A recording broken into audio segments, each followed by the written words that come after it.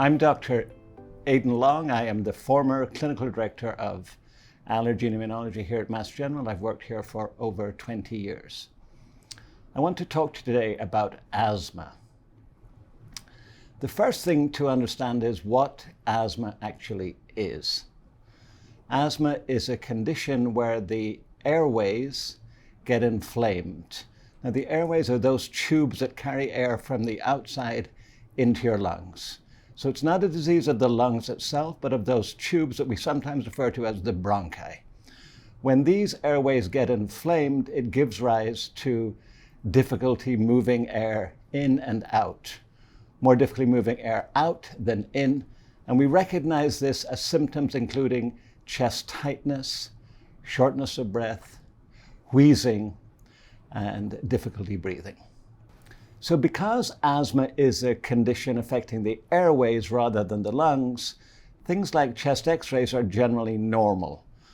On some occasions, you can see some increased retention of air within the lungs, but this is never of a degree that will impair your ability to breathe. So the focus of the disease here is on the bronchi, or the tubes that carry air down to the lungs. So the second question I want to address is, how do we recognize asthma? How do you recognize it? And how does the doctor diagnose asthma?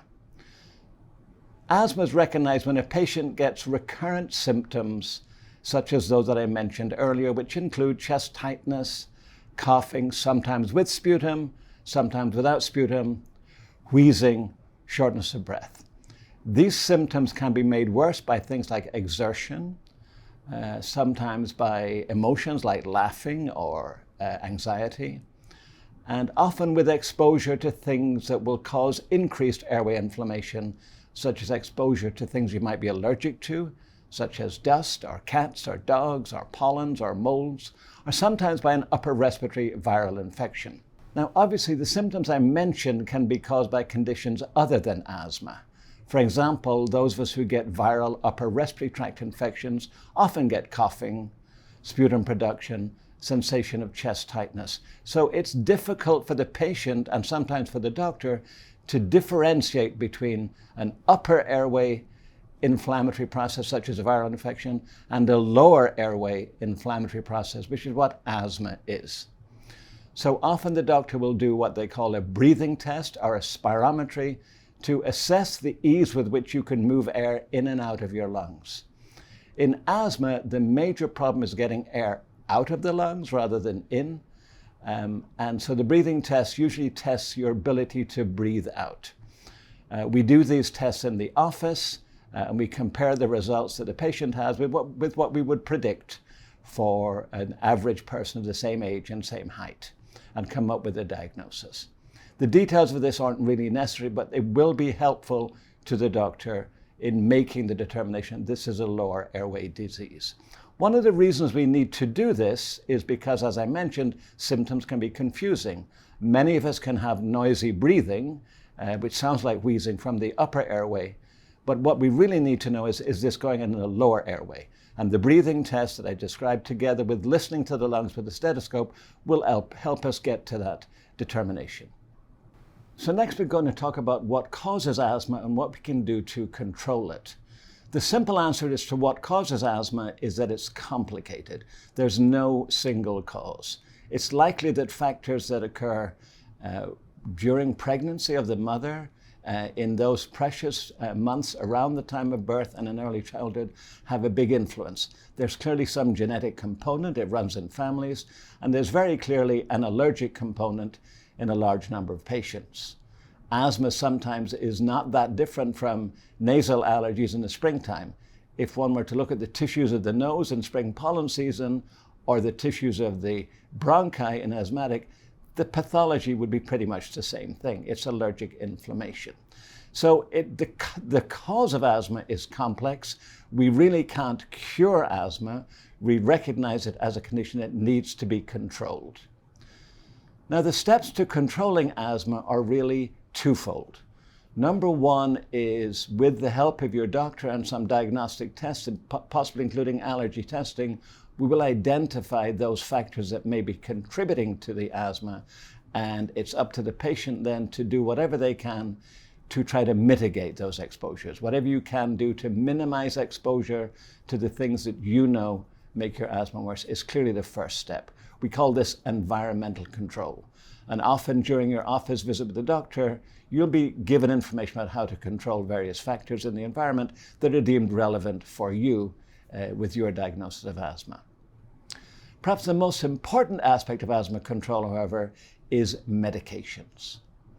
These days, most of the medications we use for asthma are inhaled medications. And they really fall into two general categories.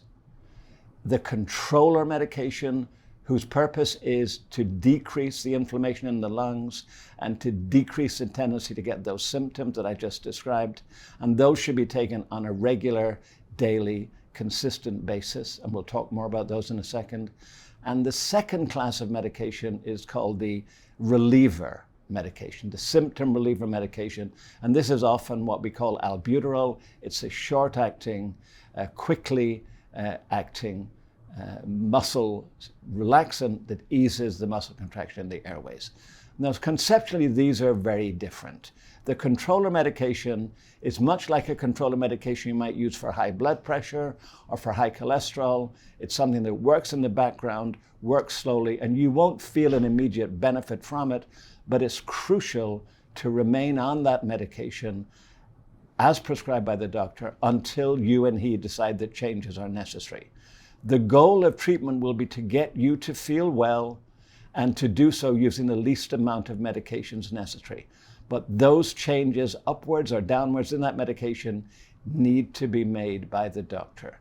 The point being here, don't stop your medication without the doctor's advice. Now, most of the controller medications are inhaled medications, and the major category within this group is what we call the inhaled steroids. You might recognize some of the names, such as Flovent or Pulmicort. These are all examples of inhaled steroids. You might also know that when you have a bad asthma attack, either your urgent care doctor or your primary care doctor or the emergency room will give you steroids as well, and these may be in tablet form or by injection. It's the same type of medication that we use on a daily basis, but by inhalation. The benefit of using it by inhalation is twofold. One, it requires a tiny amount of medication that through the inhaler is delivered right to the lungs, and therefore virtually nothing gets absorbed from the lungs into the bloodstream. So any of the known side effects that we typically recognize with steroids when taken by mouth or by injection, we don't see those with the inhaled medications. So the inhaled steroids are an extremely safe medication, so you should not be afraid of using them daily as the doctor prescribes. Now, they have many different types, and I'll show you in a minute how these inhalers should be used. But the point here is to understand that it's a controller. You will not feel an immediate benefit from it. It will work gradually in the background, and it needs to be used continuously. Now, you contrast that class of medications, the controller medications, with the other group of medications we always use in asthma, and these are the symptom reliever medications. And these are things like inhaled albuterol. Again, by and large, these are inhaled medications, and their purpose is to bring quick relief to you when you're having poorly controlled symptoms. Relief of symptoms occurs within about 10 to 15 minutes after taking these medications, and you should use those only when you feel you need them. There's really no role for these on a regularly prescribed basis. Historically, we might have said take them twice a day or 4 times a day. In the last 10 to 15 years, we've moved away from that, relying on the controller medications for consistent use and these reliever medications only as needed. So it's your job is to be very clear before you leave the office, or if it's not clear, follow up with us to understand which is your controller medication. More than likely it will be an inhaled steroid, and which is your reliever medication, and when and how to use them. So we're going to talk for a minute about inhaler devices. An inhaler is really a mechanism by which you get the medication into the lungs where it can do its job. Most inhalers are what we call metered dose inhalers or pressurized inhalers, and this is an example of what that might look like. It is a device with a pressurized canister that when activated delivers medication out of the mouthpiece. So to activate, you simply press it down and medication is delivered out of the mouthpiece. Now, the patient's job is to get that medication deep into the lungs. So when you're using a pressurized metered dose inhaler, whether it's your controller or your reliever, doesn't matter. The principle is the same. You want to carry the medicine that's relieved from the device deep into your lungs.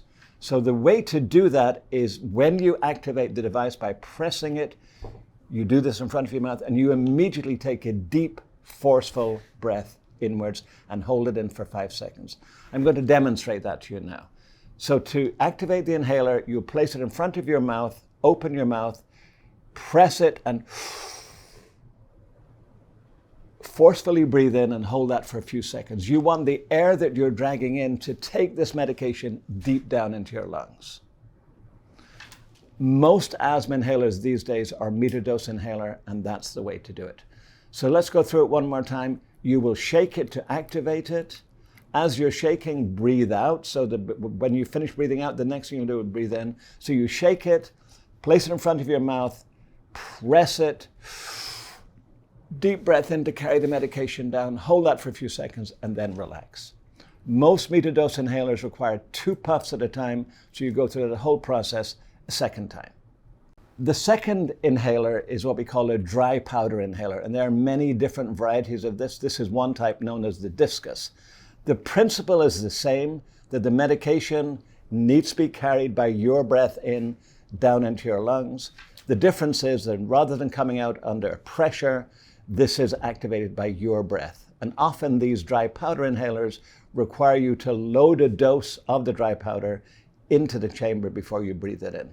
This one, for example, you will open it, load a dose, put your mouth over the mouthpiece, and suck in forcibly to draw it in.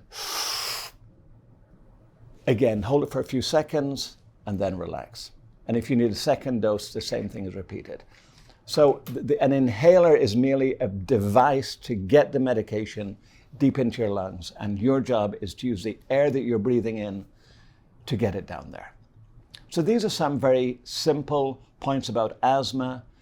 So if you feel you haven't had questions answered by your doctor or that were not addressed in this video, please reach out to us. We're available through the patient gateway at the partner system. We'll answer you every single day.